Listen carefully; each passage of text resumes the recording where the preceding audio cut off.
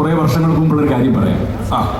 ഞാൻ പ്രണയിച്ച് കിടന്ന കാലം എന്ന് പറഞ്ഞാൽ വളരെ ബുദ്ധിമുട്ടായിട്ടുള്ള കാലം തന്നെയായിരുന്നു. ഇന്നത്തെ പോലെ അത്രയ്ക്ക് പെട്ടെന്ന് ഒരു സൗകര്യങ്ങളില്ലല്ലോ, ടെലിഫോണോ കാര്യങ്ങളോ മൊബൈലോ ഒന്നുമില്ല. ടെലിഫോണുണ്ട്, മൊബൈലുള്ള സമയമല്ല.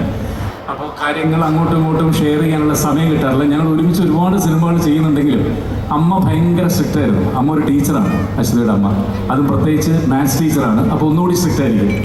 അപ്പോൾ ഞങ്ങൾ തമ്മിൽ ഈ സീൻ കഴിഞ്ഞാൽ ഒരു നിമിഷം പോലും സംസാരിക്കാൻ ഒന്നും സമ്മതിക്കില്ല. അമ്മ മാറ്റി ഒരു സ്ഥലത്ത് കൊണ്ടുവരുത്തും. അങ്ങനെ ഇതിങ്ങനെ പോയി കുറച്ചായപ്പോൾ അശ്വതി എൻ്റെ അടുത്ത് പറഞ്ഞു, അച്ഛനുമായിട്ടൊന്ന് സംസാരിക്കുക, അപ്പോൾ കുഴപ്പമുണ്ടാവില്ല എന്ന് പറഞ്ഞു. അങ്ങനെ ഞാനത് ഏറ്റു. പക്ഷേ അത് ഇങ്ങനെ ഒരു ഇതായിരിക്കും ഞാൻ വിചാരിച്ചില്ല. അതിനുവേണ്ടി ഒരു സ്ഥലം അറേഞ്ച് ചെയ്തൊരു ഭക്ഷണം കഴിക്കാൻ ഹോട്ടലിലേക്ക് ഞാൻ വിളിച്ച് അവിടെ കൊണ്ടുപോയി ഞാൻ ഇരുന്ന് ശരി ചേച്ചിയുടെ അച്ഛനെ കൊണ്ടാണ്. അങ്ങനെ അവിടെ ചെന്നിരുന്നപ്പോഴാണ് മീശ ഇവിടം വരെ ഉണ്ട്. ആ മീശ പിരിച്ചിട്ട് എൻ്റെ മുഖത്തേക്ക് തന്നെ ഇവിടെ നോക്കി. എന്തിനാണ് എന്നെ വിളിച്ചു വരുത്തിയത്? അപ്പം അറിയാം ഇതൊന്നും കുഴപ്പമില്ല. എനിക്കൊന്നും വരുന്നില്ല സംസാരിക്കാൻ.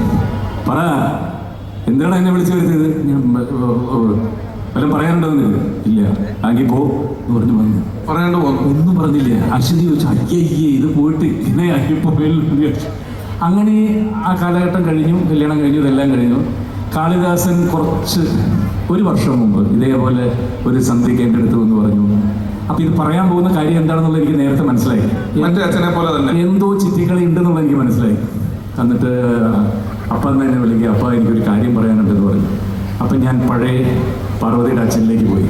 എന്താടാ നിനക്ക് പറയാനുള്ളത്? ഒരു വരി വീശി. ഞാൻ വൈകുന്നേരം ഒരു പെണ്ണിനെ വിളിച്ചുകൊണ്ട് വരുന്നുണ്ട്. ഓക്കെ പറഞ്ഞു. 10 നിമിഷം കഴിയുമ്പോൾ ആള് വന്നു. ഇതാണ് അച്ഛൻ്റെ മരുമോളെല്ലാം മോളെന്ന് പറഞ്ഞു. ശരി എന്ന് പറഞ്ഞു പോയി. എല്ലാം 5 മിനിറ്റ് കൊണ്ട് അവസാനിച്ചു. ഇതാണ് പുതിയ കാലഘട്ടം. വളരെ ഈസി ആയിരുന്നു. വളരെ ഈസി. ചക്കിയുടെ വിവാഹമാണ് വരാൻ പോകുന്നു. മോളുടെ കല്യാണം ആദ്യം, മോൻ്റെ കല്യാണം അത് കഴിഞ്ഞ് 2024 ഗംഭീരമായി.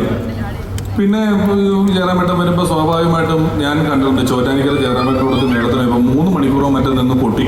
3 മണിക്കൂർ പൊട്ടി ടങ് എന്ന് പറയാൻ നിർത്തി പോരുത്.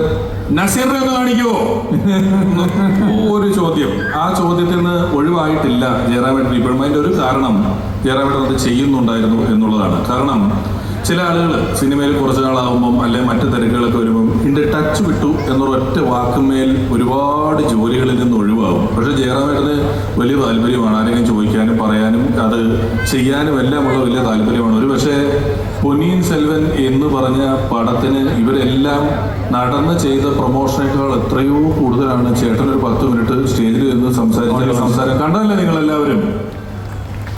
അതിൻ്റെ കൈയടി ഇപ്പോഴും തീർന്നില്ല ജയറാമേട്ടൻ. അതാ വരുന്നു ആ പ്രകടനത്തിൻ്റെ കൈയടി എന്ന് പറയുന്നത്. അപ്പോൾ അത്രയും വേദികളോട് അടുത്ത് നിൽക്കുന്ന ഒരാളെന്നുള്ള നിലയിൽ ഇത്തവണയും നമുക്ക് ജയറാമേട്ടൻ വന്നങ്ങനെ വെറുതെ. പക്ഷേ ഈ വേദിയിലൊന്നും കാണിക്കാതിരിക്കുന്നല്ല. പിഷാരിൽ കാണിച്ചത് തന്നെ ഞാൻ അനുഭവിച്ചിട്ടേ ഇല്ല. അതേപോലെ തന്നെ നമ്മുടെ മഹേഷ് ഒക്കെ നിൽക്കുന്ന സ്റ്റേജാണ്. അപ്പം നമ്മളൊന്നും കാണിക്കാനേ പാടില്ല. അത് അങ്ങനെയല്ല, ഇതൊരു സന്തോഷത്തിൻ്റെ ഭാഗമാണ്. ജയറാമേട്ടൻ പരിപാടി കാണിക്കുന്നത് ഞാനോ മഹേഷോ കാണിക്കുന്ന പോലെ അല്ലതല്ല. ഇല്ല, പണ്ട് ഇത് ഞാൻ കമലഹാസന് മുമ്പിൽ തന്നെ കാണിച്ചിട്ടുണ്ട്. പണ്ട് ഞാനത് വേദികളിൽ കാണിച്ചിട്ടുള്ളതാണ്. ഗുണ എന്നുള്ള സിനിമയിലെ കമലഹാസൻ കൺമണി എന്നോട് കാതലൻ, അത് അദ്ദേഹം പറഞ്ഞ ശേഷം അത് ആദ്യം അദ്ദേഹം പറയുന്ന പോലെ ഉണ്ട്.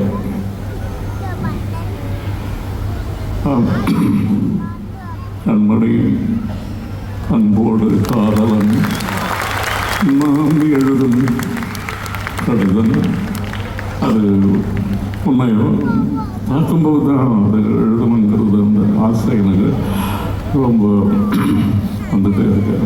அதனாலே அவ்வளோதான், ஒன்றும் இல்லை, அதுக்கு மேலே எதுவும் இல்லை.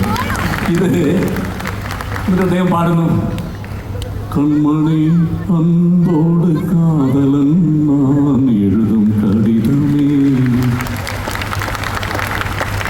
ഇത് തന്നെ ഒരു പക്ഷേ രജനീകാന്തായിരുന്നെങ്കിൽ ആ വേഷം ചെയ്തിരുന്നത്. കൺമണി